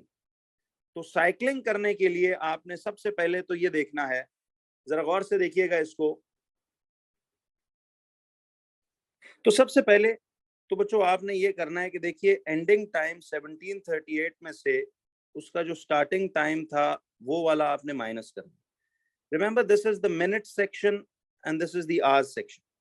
तो इफ यू सब्ट्रैक्ट तो आपको पता है कि पहले इसको इसमें से माइनस करना है, तो ये तो आएगा आपके पास स्ट्रेट अवे 38। ठीक है जी, दिस इज 38, 8 में 0 माइनस 3 माइनस ये आ गया, 17 माइनस 2 इज ये आ गया। अब देखिए ये कोई 2:38 का टाइम नहीं हो रहा, ये बेसिकली हमने स्टार्टिंग टाइम माइनस एंडिंग किया जब, तो उसमें से ये 2 आवर्स एंड 38 मिनट्स निकल रहा है। देखिए this is basically 2 hours and 38 minutes का ड्यूरेशन, बट इसमें ये जो 25 मिनट्स उसका रेस्टिंग टाइम, ये भी तो माइनस करना है ना। तो इसका मतलब है कि ये जो 2 आवर्स और 38 मिनट्स साइकिलिंग करता रहा, इस टाइम में से, इस ड्यूरेशन में से 25 मिनट्स यानी 0025, 25 मिनट्स उसका रेस्टिंग टाइम भी तो था। तो इसमें से आपने 3 माइनस कर दिया, इसमें से 1 कर दिया और ये 2 आ गया। तो इट मींस कि ये 2 आवर्स एंड 13 मिनट्स टोटल उसका साइकिलिंग टाइम आपने, ये डैशेस पे फिलिंग देखो, 2 आवर्स और 13 मिनट्स इस तरह से आपने फिल इन कर। तो इसका मतलब है कि he has been cycling for 2 hours and 13 minutes इस पूरे अरसे। तो अब देखिए इफ यू चेक बैक तो आंसर निकल के आ रहा है ऐसा ही कुछ कि ये 2 आवर्स और 13 मिनट्स इस तरह से बने। द नेक्स्ट पार्ट बच्चों कहता है, किसी ही सेज, अब इस सवाल में वो कहता है कि Sonia walks to her aunt's house. She leaves home at 10:25. She walks a total of 12 kilometers at an average speed of 5 kilometer per hour. ठीक है जी, कहता है work out the time Sonia arrives at her aunt's house. देखिए एक simple सा 3 mark का question है ये, कि वो कह रहे हैं कि Sonia walks to her aunt's house, she leaves the home at 10:25, she walks a total of 12 kilometres at an average speed of 5 kilometre. तो देखिए ये जो जीसीई मैथ्स है ना, ये आईजीसीएसई मैथ्स के कंपेयर्ड काफी आसान सवाल इसमें होते हैं। विदाउट कैलकुलेटर तो है, लेकिन कंपैरेटिवली लेवल ऑफ डिफिकल्टी इसका आईजी मैथ्स से थोड़ा रिलेटिवली इजियर होगा। तो आईजीसीएसई का तो जो P4 है वो तो हद दर्जे का लेंथी काम होता है उसके अंदर, बट चलिए अपने कोर्स वर्क तो दोनों चीजों का बेहतरीन किया हुआ है इंशाल्लाह। अब आपसे ये जो स्पेशली मॉक्स जिस तरह के आपके हुए, उनमें मैंने काफी लेंथी और जरा उसको टाइट करके बनाया था, ताकि ईयरलीज पे आते आते आपको फिर आसान लगना शुरू।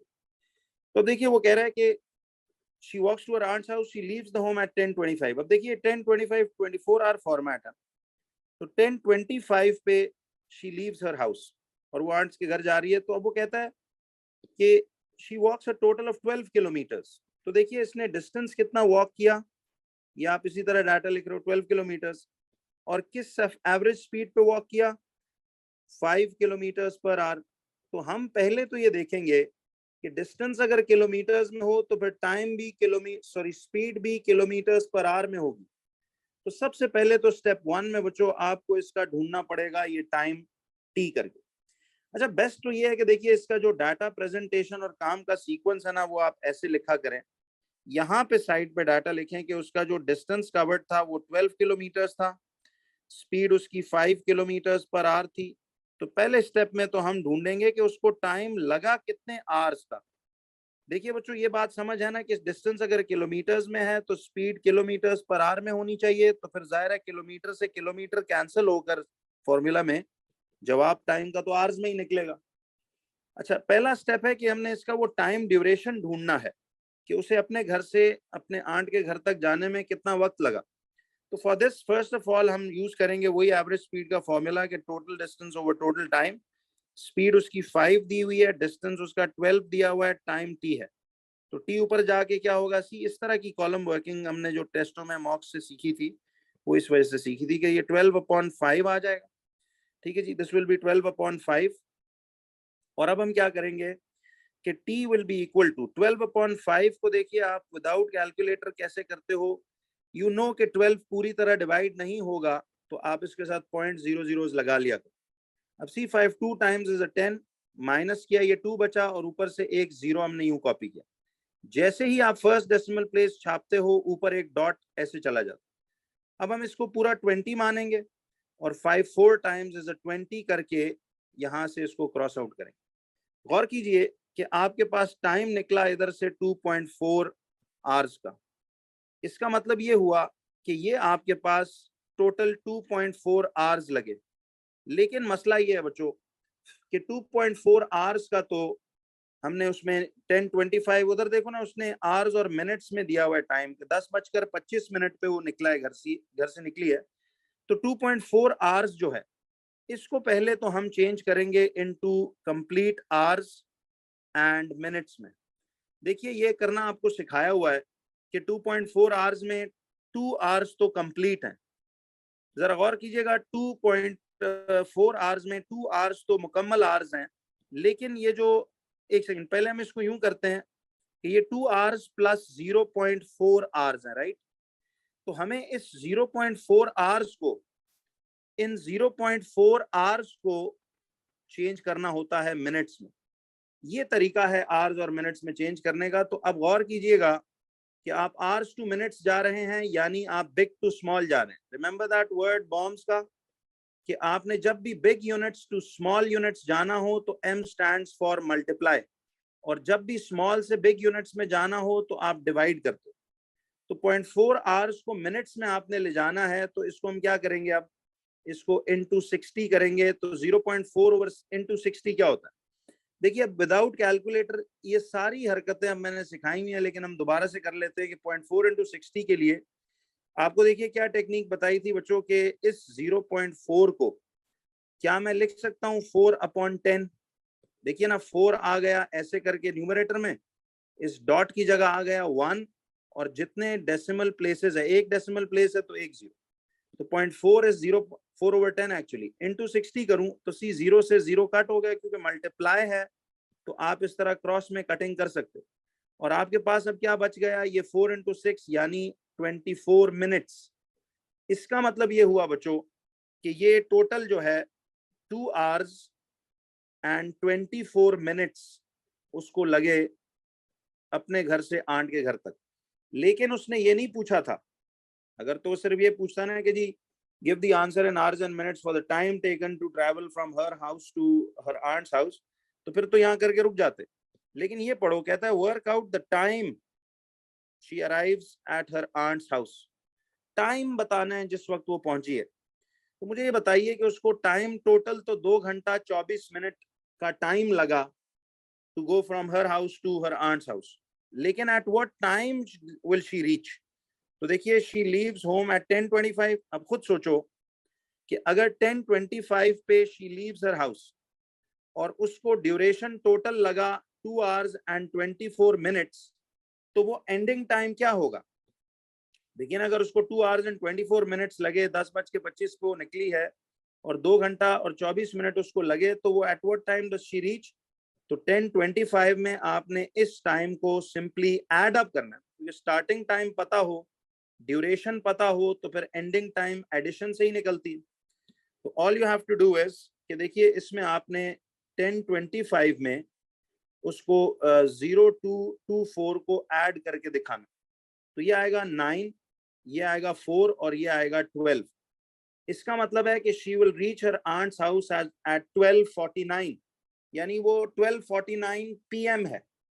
तो अब इसको आप चाहो तो देखिए इसको 2 फॉर्मेट्स में लिख सकते हैं, या तो अगर आप इसको 12 आवर फॉर्मेट में लिखते हो तो 12:49 PM लिखना पड़ेगा, या अगर 24 आवर फॉर्मेट में लिखते हो तो फिर ऐसे ही 12:49 सिंपली गैप से ऐसे लिख देंगे, उसमें AM PM नहीं बताना पड़ा। This was the whole procedure कि 12:49 पे she will reach her aunt's house. तो देखिए यही जवाब 12:49 यहाँ पे भी आ रहा है। अब वो कहता है 5th क्वेश्चन में, देखिए 5वें सवाल में कहता है lamps are made in a factory, a random sample of 50 of the lamps is tested and 4 of them are found to be faulty. देखिए 50 लैंप्स टेस्ट किए गए, 50 लैंप्स टेस्टेड में से डाटा बता रहा है कि 4 लैंप्स फॉल्टी हैं, यानी हर 50 लैंप्स जो वो चेक कर रहा है उसमें से 4 लैंप्स सपोज कहता है फॉल्टी हैं। तो कहता है कि a total of 4,000 lamps is made in one day. Calculate the number of these 4,000 lamps you would expect to be faulty. Simple unitary है कि देखिए अगर 50 लैंप्स में से 50 लैंप्स में से 4 फॉल्टी हैं, तो इस फैक्ट्री में रोज 4,000 लैंप्स बनते हैं, तो वो कह रहे हैं कितने फॉल्टी होंगे उनमें। ये तो स्टैंडर्ड मिल गया ना कि 50 में से अगर 4 लैंप्स फॉल्टी हैं तो फिर 4,000 लैंप्स में से कितने फॉल्टी होंगे, ये आपके पास x आ जाएंगे। तो क्रॉस करेंगे तो इसका मतलब है कि ये आएगा 50x, see it will be 50x equal to 4 into 4,000, और फिर x आएगा 4 इंटू 4,000 अपॉन 50। तो 0 से 0 गया, अगेन याद है कि सेम फ्रैक्शन हो और मल्टीप्लाई हो बीच में तो फिर कट सकते हैं। 5 1 टाइम्स 5 8 40, 5 0 are, तो अब 4 इंटू 80 इज 320 लैंप्स, इसका मतलब है कि फॉल्टी थे। ठीक है, तो 4,000 में से फिर 320 लैंप्स, इसका मतलब है कि रफली यहाँ हमारा जवाब 320 लैंप्स ये आ जाएगा डैश पे। इफ यू लुक क्लोजली तो आप देख रहे हो कि यहाँ पे आपके पास 320 लैंप्स वाकई में ये बनते हैं। क्वेश्चन नंबर 6 में कि Daniel earn $760 each month. He pays 15% of his earnings in tax. तो देखिए ये जो टैक्स की अमाउंट है, tax is 15% of his earning, यानी जितनी वो अर्निंग कर रहा है उसका 15% जो है वो टैक्स। तो वो कहता है कि calculate the amount of money Daniel has each month after paying tax. अब देखो यहाँ गलती देखनी है आपने 2 मार्क्स। वो कह रहा है amount of money Daniel has each month after paying the tax. तो आप सबसे पहले तो ये देखिए कि टैक्स अमाउंट है कितनी। देखिए टैक्स अमाउंट अभी हमने देखा कि वो 15% ऑफ हिज अर्निंग है, यानी अर्निंग उसकी $760 है। तो सबसे पहले स्टेप में तो देखिए कि उसका टैक्स पे कितना हो रहा है। तो ये 15% का मतलब याद है 15 अपॉन 100 है, ऑफ का मतलब मल्टीप्लाई होता है $760, तो ये आ गया। तो हमने याद है ना एक परसेंटेज किसी अमाउंट की निकालना सीखी थी कि 15% ऑफ 760 कितना बनेगा। तो देखिए ये आप देख रहे हो मल्टीप्लाई है, तो ये क्रॉस में ये कट हो गया, फिर ये 5 2s are 5 3s are, तो मेरे पास आगे चलकर बचता है। देखिए ये सपोज इधर ही निकाल लेते हैं कि टैक्स की अमाउंट फिर उसकी बन गई 3/2 इंटू 76। अब ये 2 से कटते हैं तो 2 3s are 6, कैरी 1 हो गया तो 2 8s are। तो इसका मतलब है कि टैक्स अमाउंट बनती है 3 इंटू 38, यानी अगर हम इधर साइड पे कर लें 38 इंटू 3, तो 3 8s are 24, 2 carry 3 3s are 9 plus 2 114। तो ये $114, तो इसका मतलब क्या कट गया, इसका टैक्स कट गया। बच्चों ये उसके टैक्स वाली अमाउंट है जो उसका टैक्स कटा है। ठीक है, दिस इज द टैक्स। तो अब उसके पास रिमेनिंग पैसे जाहिर है कितने बचेंगे, बिकॉज ही सेड किसी calculate the amount of money Daniel has each month after paying the tax. तो इसकी टोटल $760 में से ये $114 माइनस कर दें तो रिमेनिंग कितना आता है। 760 में से 114 माइनस होगा तो ये 5 रह जाएगा, ये 6, ये 4 और ये 6। तो इट मीन्स कि उसके पास $646 रह गए। ये डॉलर्स का जवाब ऐसे आ जाएगा। देखिए if you look into the answers तो अब हमें दिख रहा है कि ये $646 उसके पास रिमेनिंग टैक्स कटने के बाद बचेंगे। तो सिंपल बात है कि देखिए आप पहले निकाल लो कि टैक्स की अमाउंट बनती कितनी है। It is 15% of $760। तो 15% ऑफ 760 मतलब ये ऐसे आ गया, और टैक्स आपने फिर जो है इस तरह से यूं निकाल लिया। तो अब मुझे एक बात बताइए कि टैक्स की अमाउंट जो है आपकी ये 3 इंटू 38 यानी 760 माइनस 114, ये इस तरह करके यूं आ जाएगा। अब देखिए बी पार्ट में वो कहता है कि Daniel invest $1,200 in a savings account. Daniel invests $1,200 in a savings account. The account pays simple interest at a rate of 2% per year. कहता है कि the account pays simple interest at a rate of 2% per year. तो पहले तो उसकी देखिए principal amount कितनी है, वो है $1,200. ये हम डाटा लिख रहे हैं कि प्रिंसिपल अमाउंट उसकी इन्वेस्टमेंट जितनी कर रहा है वो प्रिंसिपल अमाउंट है, और कहता है दी अकाउंट पे simple interest eight a rate of 2% per year. तो रेट कितना वो दे रहा है, 2% पर ईयर कर रहा है. याद रखिए अगर इंटरेस्ट रेट पर ईयर है तो फिर टाइम भी ईयर्स में लेना पड़ेगा. Calculate the amount of money in the account after 6 years. 6 years का मतलब है कि उसका टाइम ड्यूरेशन 6 years का है. रिमेंबर बच्चों, ये बात इधर इस वक्त सिंपल इंटरेस्ट SI की हो रही है, कंपाउंड इंटरेस्ट की नहीं हो रही. तो अब आपने क्या करना है कि सिंपल इंटरेस्ट में तो सबसे पहले स्टेप में आप ये ढूंढे ना कि 6 साल में बैंक की तरफ से इंटरेस्ट लगा कितना. तो उसके लिए पहला फॉर्मूला तो है I is equal to PRT upon 100. देखिए प्रिंसिपल अमाउंट $1,200 है, रेट 2% है, टाइम 6 years है, अपॉन 100 है. इससे तो निकलेगा बच्चों वो इंटरेस्ट के पैसे, वो एक्स्ट्रा मनी जो बैंक आपके अकाउंट में डाल रहा है. तो ये 2 0 से कैंसिल हो गए. तो ये आ रहा है 12 2 24 और 24 6 टाइम्स. आप यहाँ से करके देख लो. 6 4 24, कैरी 2, 6 2 12, 13 14. इसका मतलब है कि 6 सालों में उसको $144 ये तो मिलेगा इंटरेस्ट की फॉर्म में. और उसने तो हमसे पूछा था calculate the amount of money in the account after 6 years. तो यानी वो टोटल अमाउंट चाह रहा है जो कि प्रिंसिपल प्लस इंटरेस्ट करके मिलती है कि देखो उसको 6 साल बाद अपने इंटरेस्ट के पैसे $1,200 और ये जो उसने यानी उसका प्रिंसिपल अमाउंट तो उसे मिलेगा ही मिलेगा 6 साल बाद. अब उसके इंटरेस्ट के पैसे भी आ जाएंगे $144. तो ये आएगा $1,344 उसके अकाउंट में आफ्टर. तो देखिए डॉलर्स का साइन बना होता है तो अगर यूनिट लिखा हो फिर ना लिखे. इसका मतलब है 6 साल बाद उसके अकाउंट में टोटल 1200 के बजाय $1,344 होंगे, जो कि ये आंसर आ रहा है. क्वेश्चन नंबर 8 में कहता है बच्चों कि a drink is made by mixing fruit juice and water in the ratio 3:5. कहता है एक ड्रिंक बनाया गया by mixing fruit juice and water in the ratio 3:5. तो आप गौर कीजिए कि देखिए उसने हमें कहा हुआ है कि फ्रूट जूस और पानी, तो फ्रूट जूस को F लिख लेता हूँ, वाटर को W लिख लेता हूँ. किस रेशो में मिलाया गया इनको, 3:5 में. तो ये टोटल तो 8 यूनिट्स बने.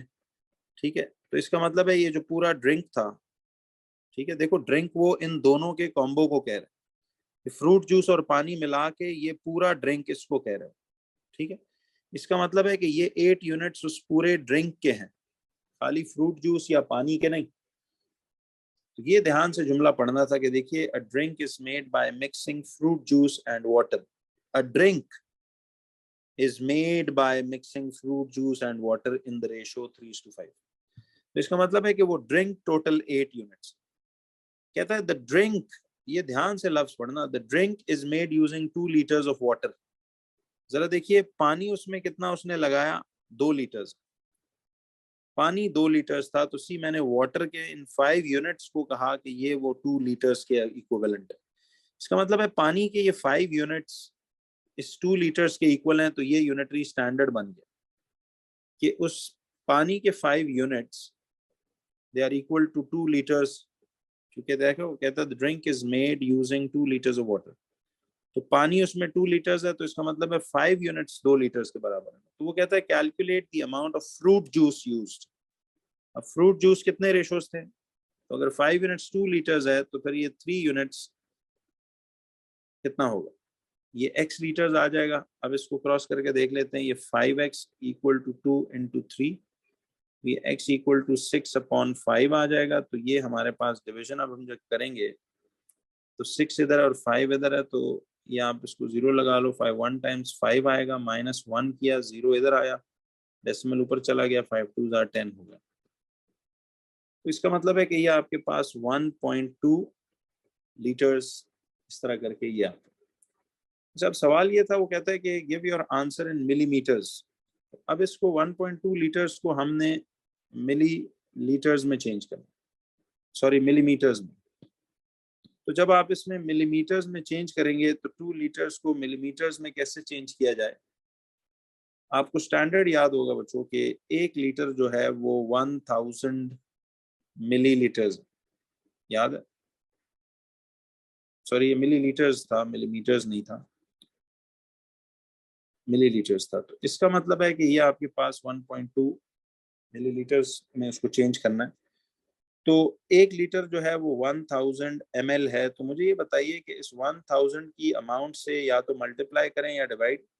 तो लीटर्स टू मिलीलीटर्स जाना, चूंकि बिग टू स्मॉल है तो इसे मल्टीप्लाई बाय 1000 यूं करेंगे। तो 1.2 इंटू 1000 करेंगे तो ये आएगा 1200 मिलीलीटर्स। इसका मतलब है कि फ्रूट जूस, देखो अब यूनिट ml दिया हुआ, फिर गलती से भी खुद नहीं लिखा। तो इसमें सवाल बस गौर से पढ़ना था कि ड्रिंक किसको कह रहा है और वाटर किसको कह रहा है। तो ये इसमें गलती अक्सर हो जाती है अगर आप सही ना करें। तो ये 1200, इसका ये जवाब आ जाएगा। इसी वो कहते हैं कि Cecil bought a camera for $120। Bought a camera, तो ये इसकी कॉस्ट प्राइस है, और कॉस्ट प्राइस हमेशा स्टैंडर्ड प्राइस होती है, यानी 100% प्राइस होती है, याद है? और वो कहता है after 2 years he sold it for $90। तो ये सोल्ड इट फॉर $90 है, तो ये इसकी सेलिंग प्राइस है। देखिए नजर आ रहा है कि खरीदा उसने 120 का, बेचा 90 का, ये उसे लॉस हुआ है। अब हमने उसी लॉस की परसेंटेज ढूंढनी है। तो आप ये देखिए कि कॉस्ट प्राइस उसकी थी $120, ठीक है, जो कि आपकी 100% प्राइस होगी, और सेलिंग प्राइस उसकी $90 है। तो इसका मतलब है कि उसको लॉस हुआ कितने डॉलर्स का?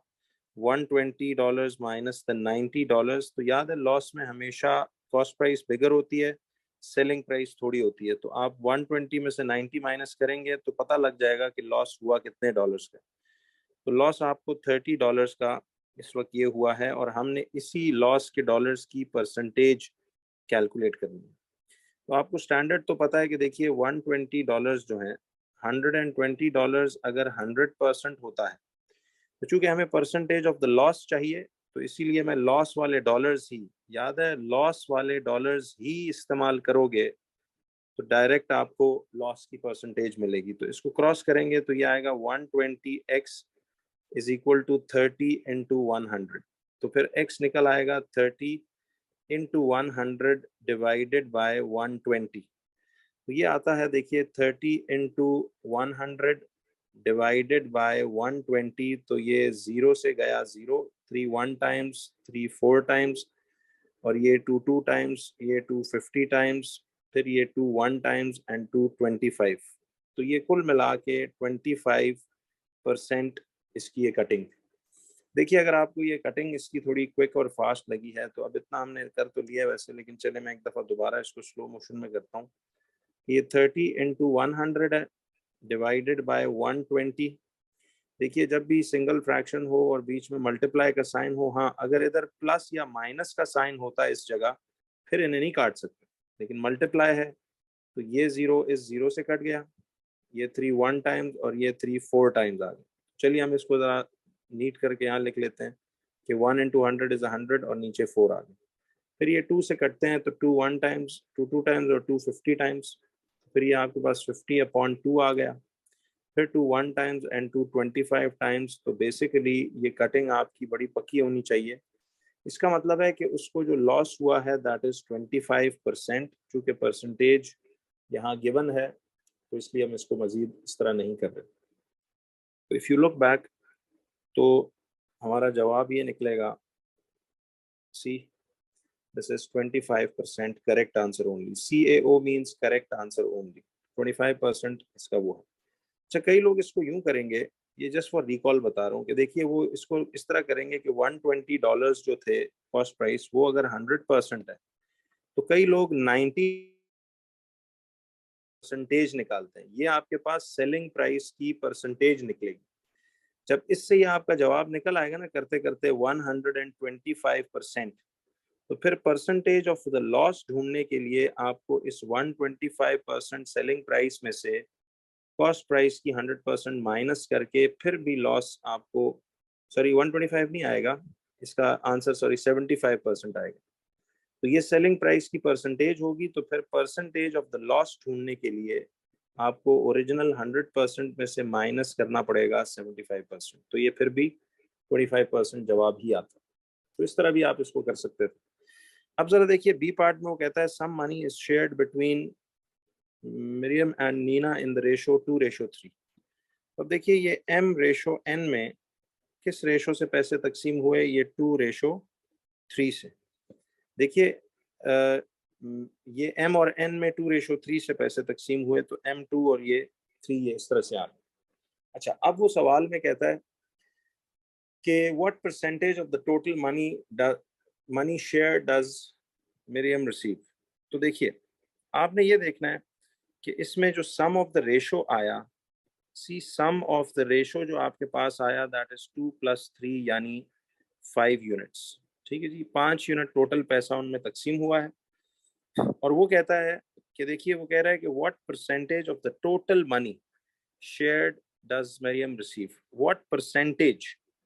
तो आपने इसके लिए ना कोई अमाउंट नहीं निकालनी, परसेंटेज ऑफ द अमाउंट जो मरियम को मिला, वो मरियम को मिले 2 यूनिट्स, ठीक है, out of the total 5 units. तो 2 अपॉन टोटल 5 इनटू 100, तो ये आपके पास इससे परसेंटेज निकल आएगी। अब चूंकि मल्टीप्लिकेशन का साइन है तो आप यहाँ से क्रॉस कटिंग कर सकते हो, 5 2 टाइम्स 10 5 zeros are, और 2 into 20 is going to be a 40% amount, इसका मतलब है कि उसको मिल रही है। अच्छा, इसी सवाल को आप यूं भी थ्रू यूनिटरी भी कर सकते थे अगर एक ऑल्टरनेट चॉइस के थ्रू करना चाहो, कि देखिए ये जो 5 यूनिट्स होते हैं ये टोटल पैसा है ना, तो ये तो वो 100% है, ठीक है। तो फिर इसके ये 2 यूनिट्स मरियम के कितने होंगे, तो आप इसमें लिखोगे कि 5 यूनिट्स अगर इक्वल टू 100% है, तो फिर उस मरियम के 2 यूनिट्स जो हैं वो इक्वल टू कितने परसेंट होंगे, वो x% आपका ये आ जाएगा, सॉरी। तो वो जो x% आएगा उसको फिर हम क्रॉस मल्टीप्लाई यहाँ से करेंगे, तो ये आएगा 5x is equal to 2 into 100, और x will be 2 into 100 upon 5। तो देखिए वही चीज बनेगी, 5 1 times 5 2 times 5 0 and 2 into 20 is going to be 40%। तो इस तरह थ्रू यूनिटरी भी आप इसको लगा सकते हो, बट चलिए हमने डायरेक्ट भी कर लिया तो ये वही बात। अच्छा बच्चों, ये जो सी पार्ट है ना, ये एक बड़ा रेयर टाइप का सवाल है, कभी आ जाए तो आपको अटेम्प्ट करना इसको आना चाहिए। देखिए इसमें ना एक बड़ी सिंपल सी ट्रिक है जो आप लोगों ने समझनी है, और वो ये है,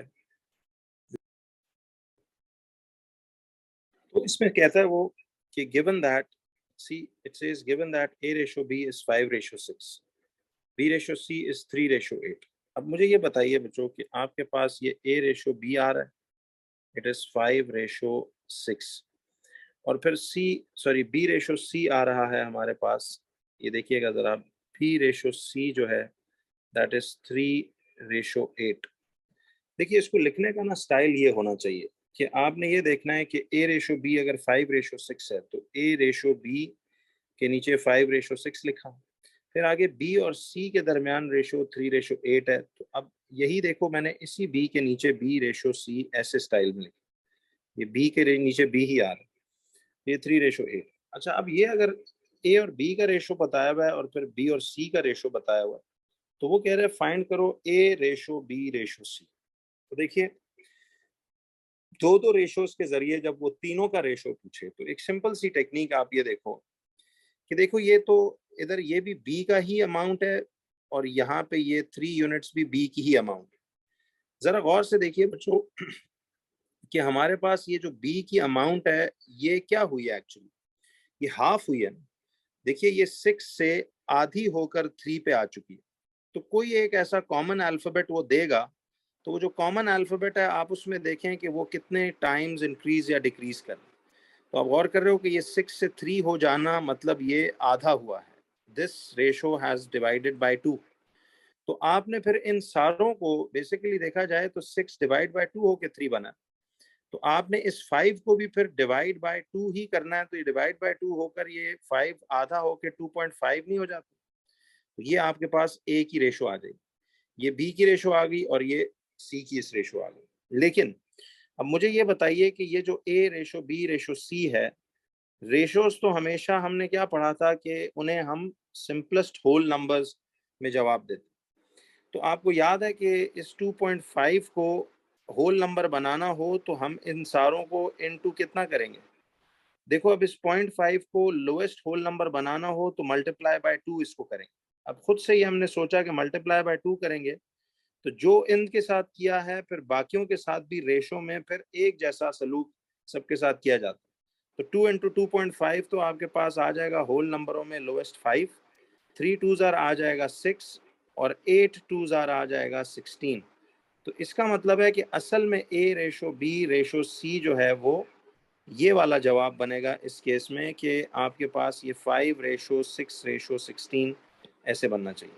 तो आप इसमें 5 रेशो 6 रेशो 16 इस तरह करके लिखेंगे। तो इफ़ यू लुक बैक तो आपको ये चीज़ समझनी थी कि देखो ये 5 रेशो 6 रेशो 16 आता है, लेकिन उसने वैसे ओ ई भी लिखा है यानी और इक्विवेलेंट।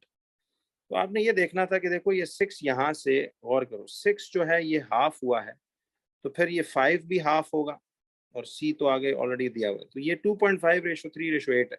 एक्चुअली ये रेशो थी, बट हम रेशोज को हमेशा होल नंबर्स में लिखते हैं, तो 2.5 को याद है होल नंबर बनाने के लिए इंटू 2 करते हैं, तो फिर सबको हमें रेशो में सबको फिर इंटू 2 करना पड़ेगा। तो 2 into 2.5 will be 5, 3 into 2 will be 6 और 8 इंटू 2 विल बी 16।